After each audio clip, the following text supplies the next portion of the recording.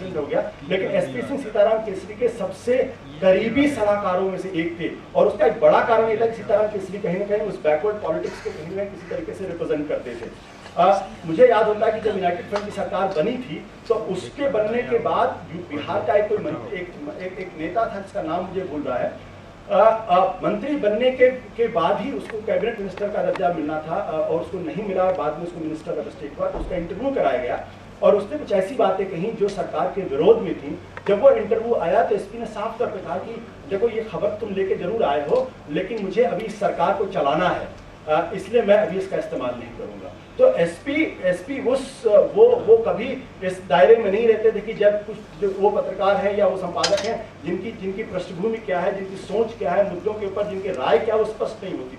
वो बिल्कुल राय उनकी बिल्कुल क्लियर होती थी, बिल्कुल क्लियर हेडेड हुआ करते थे कि अगर यूनाइटेड फ्रंट की सरकार है, अगर ये दक्षिणपंथी बीजेपी की सरकार है तो इसका विरोध करना है तो विरोध करना है फिर, और विरोध करते थे और उसमें छिप के नहीं विरोध करते थे। पांचवी बात जो है, जो आज के संदर्भ में शायद कुछ लोगों को अटपटी लगे, कि एसपी जैसा कि राहुल जी ने कहा कि वो व्यवहारिक थे, बहुत व्यवहार का तो मैं ये कहता हूँ कि वो बहुत ज्यादा व्यवहारिक थे। वो उनको ये बात उनके दिमाग में बिल्कुल स्पष्ट थी कि अगर आज तक बुलेटिन निकल रहा है तो आज तक बुलेटिन पॉपुलर होना चाहिए, लोकप्रिय होना चाहिए, लोगों के बीच में लोगों को वो चटपटापन मिलना चाहिए। वो अच्छी क्राइम की खबरों को वो खोजा करते थे और उस अच्छी क्राइम की खबरों को कवर कराया करते। मुझे याद है कि दिल्ली के अंदर उन दिनों 1995 में डॉक्टर हर्षवर्धन हुआ करते थे। अगर मैं हर्षवर्धन थे जिनके घर में एक मेड का कत्ल हो गया था और उनका आरोप ये लगा था कि शायद उसके साथ बलात्कार किया गया था। उस खबर पे उन्होंने रंजन झा को बुला के कहा कि मुझे ये इस आदमी से जुड़ी हुई खबर रोज चाहिए। और ये भी कहते थे कि ये जो क्राइम, जब तक आप मध्य वर्ग को डराओगे नहीं तब तक वो आपका बुलेटिन देखेगा नहीं। आज शायद ये कहना ब्लास्फेमस हो अपने आप में, लेकिन एसपी की मीटिंग्स में एसपी इस बात को कहा करते थे, मध्य वर्ग को जब तक नहीं डराओगे तब तक वो खबर जो है वो तब तक वो देखेंगे नहीं, आप उसको डराओ। तो वो व्यवहारिकता उनके अंदर थी और वो जानते थे कि आज तक की लोकप्रियता को अगर जन तक पहुंचाना है तो ऐसी खबरें भी हमें करनी होंगी जो खबरें लोग आके देखें।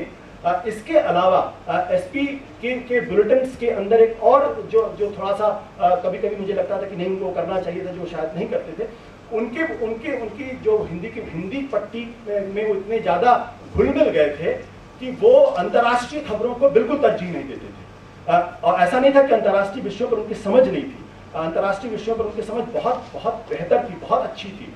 और वो जानते भी थे कि उसके नुआंसेस को भी समझते थे, डिप्लोमेसी के, फॉरेन पॉलिसी के नुआंसेस को भी समझते थे। लेकिन जो आज तक का बुलेटिन अगर उस वक्त का निकालें, जो 8 खबरें जिसमें हुआ करती थी, जिसमें पहले जंग में 3 खबरें होती थी, दूसरे में 2 खबरें होती थी, उसके बाद स्टॉक मार्केट होता था और उसके बाद एक सॉफ्ट की खबर होती थी, अगर एक स्पोर्ट्स की खबर अगर जगह मिलती थी तो वो चली आती थी। तो उसमें अंतर्राष्ट्रीय खबरों के लिए बिल्कुल जगह नहीं होती। तो मुझे याद है अच्छी तरीके से भारत पाकिस्तान के बीच में एक वार्ता हो रही थी और उस दिन की वो सबसे बड़ी खबर थी, और उस दिन की सबसे बड़ी खबर के बावजूद उस खबर को बुलेटिन में नहीं लिया गया। और अगले दिन सुबह एसपी आए तो नकवी जी से बोले कि नकवी जी कभी कभी मैं सिनिकल हो जाता हूँ, कल देखो हमने ये खबर नहीं ली है, कृपया मेरा हाथ पकड़ के आप रोक लिया करिए। I think somewhere I am exceeding my brief is to get out the front page of the newspaper next day. वो मेरा ब्रीफ था। तो वो इसका ये नहीं था कि वो विदेशी खबरों को पसंद नहीं करते थे, लेकिन उनको लगता था कि हिंदी पट्टी का आदमी शायद उसको उस तरीके से नहीं रिसीव करता जिस तरीके से रिसीव करता है। अगर आज के संदर्भ में अगर आप देखें तो आज के संदर्भ में अगर एसपी सिंह होते तो क्या करते, ये एक बड़ा सवाल है। मुझे लगता है कि आज के संदर्भ में अगर होते तो पिछले 2 साल की पत्रकारिता पर एसपी सिंह बहुत खुश होते, बहुत ज्यादा खुश होते। मुझे अच्छी तरीके से याद है जब घोटाला हुआ, जैन हवाला घोटाला जब सामने आया, और मैं किस्मत देखी कि अलका जी उस वक्त सुप्रीम कोर्ट कवर किया करती थी और वो ऐसा दिन था जिस दिन अलका जी सुप्रीम कोर्ट नहीं गई थी।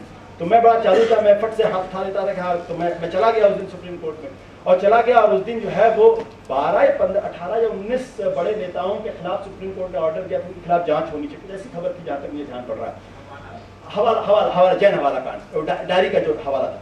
तो उसमें जब मैंने वहां से जानकारी दी, मैं लौटा, तो लौटने के बाद अगले दिन की मीटिंग थी और एसपी ने बोला कि देखो अलका जी तो रोज मलाई तो मार ले गया, आज ये, और अलका जी आप देखती रह गई, ये बड़ा चालू लड़का है।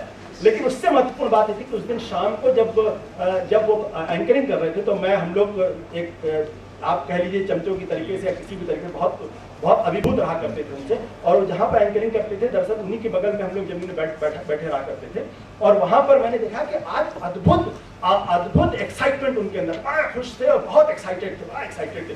तो मैंने भी कहा थोड़ी चमचागिरी के अंदाज में, कहना सर आप तो बड़े एक्साइटेड नजर आ रहे थे, क्या होता? बोले यार देश के 20 बड़े नेता जेल जा रहे हैं और पत्रकार में एक्साइटमेंट ना लानत है उस पे। तो ये जो जज्बा था उनके अंदर कि यार देखो 20 नेता जेल जा रहे हैं, आज कम से कम हमने ठोक दिया इनको, या ये तो वो जो जज्बा था वो पिछले 2 साल में जिस तरीके से हिंदी की टीवी चैनल्स ने और अंग्रेजी के चैनल्स में भी I will not be fair to the English channels if I say that they did not contribute. They had a great contribution in that. उसमें उन्होंने जिस तरीके से किया तो उसके लिए बहुत खुश होते, बहुत ज्यादा खुश होते। हाँ, जिस तरीके से बाकी की चीजें की गई हैं, मैं कहता हूं कि उसमें उनका रोल, शायद वो एक ऐसे पत्रकार थे जो कहीं ना कहीं अंगद की तरफ अपना पैर जमा के कहते कि नहीं, enough is enough, no I am not going to do this. शायद वो करते और शायद हमारी पीढ़ी या हमसे एक आगे की पीढ़ी ने वो काम नहीं किया। मुझे लगता है कि उसकी जरूरत थी, उस तरीके के एक शख्स की जरूरत थी, उस तरीके से अंगद का पैर रखने की जरूरत थी, और कहीं ना कहीं बाजार के सामने सरेंडर करने की जरूरत नहीं है, बाजार को चुनौती देने की जरूरत है।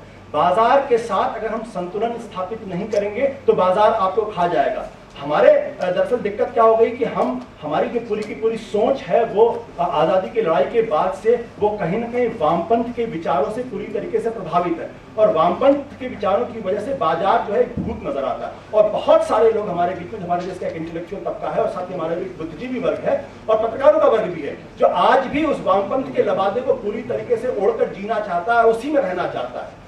उसका विमर्श 1947 में भी वही था, उसका विमर्श 1964 में भी वही था, उसका विमर्श 1997 में भी वही था, उसका विमर्श आज भी वही है।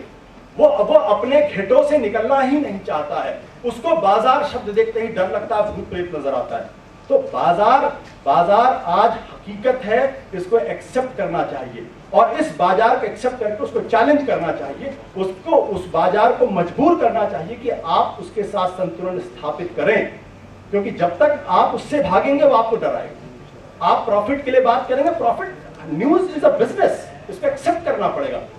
लेकिन खबरों न्यूज को जब आप प्रोडक्ट के रूप में बात करते हैं और साबुन को प्रोडक्ट के रूप में बात करते हैं, तो आपके इन दोनों प्रोडक्ट की बुनियाद में आपको फर्क करना पड़ेगा कि आप न्यूज को उसी तरीके से प्रोडक्ट नहीं मान सकते जिस तरीके से आप साबुन को प्रोडक्ट करते हैं। लेकिन जैसे न्यूज को आपको रोज इनोवेट करने की जरूरत होती है, जैसे साबुन को रोज इनोवेट करने की जरूरत होती है, वैसे आपको रोज नए पैमाने करने पड़ेंगे, प्रस्तुतिकरण के नए अंदाज करने पड़ेंगे। ये कहना बहुत आसान है कि टीवी चैनल्स ने ब्रेकिंग न्यूज कर दिया। मैं कहता हूं कि हिंदुस्तान के टीवी चैनल्स जितना फास्ट, जितना इमीडिएट, जितना अर्जेंट है, आज आप CNN को देखिए या फॉक्स न्यूज को देखिए, आपको लगेगा वो किस जमाने की बातें करते हैं। जितनी इन्फॉर्मेशन आज आपको टीवी चैनल्स मिलती है उतनी इन्फॉर्मेशन कहीं नहीं होती। तो न्यूज चैनल्स का मजाक उड़ाना बहुत आसान है, लेकिन न्यूज चैनल्स में काम करते हुए उसको बेहतर करने की कोशिश करना बहुत मुश्किल काम है। और मुझे लगता है कि SP सिंह होते तो बाजार से संतुलन भी स्थापित करते, व्यवहारिक भी होते और जरूरत पड़ने पर अपना अंगद की तरफ पैर भी जमाते और शायद पत्रकारिता को एक नया आयाम दे देते। बहुत बहुत शुक्रिया।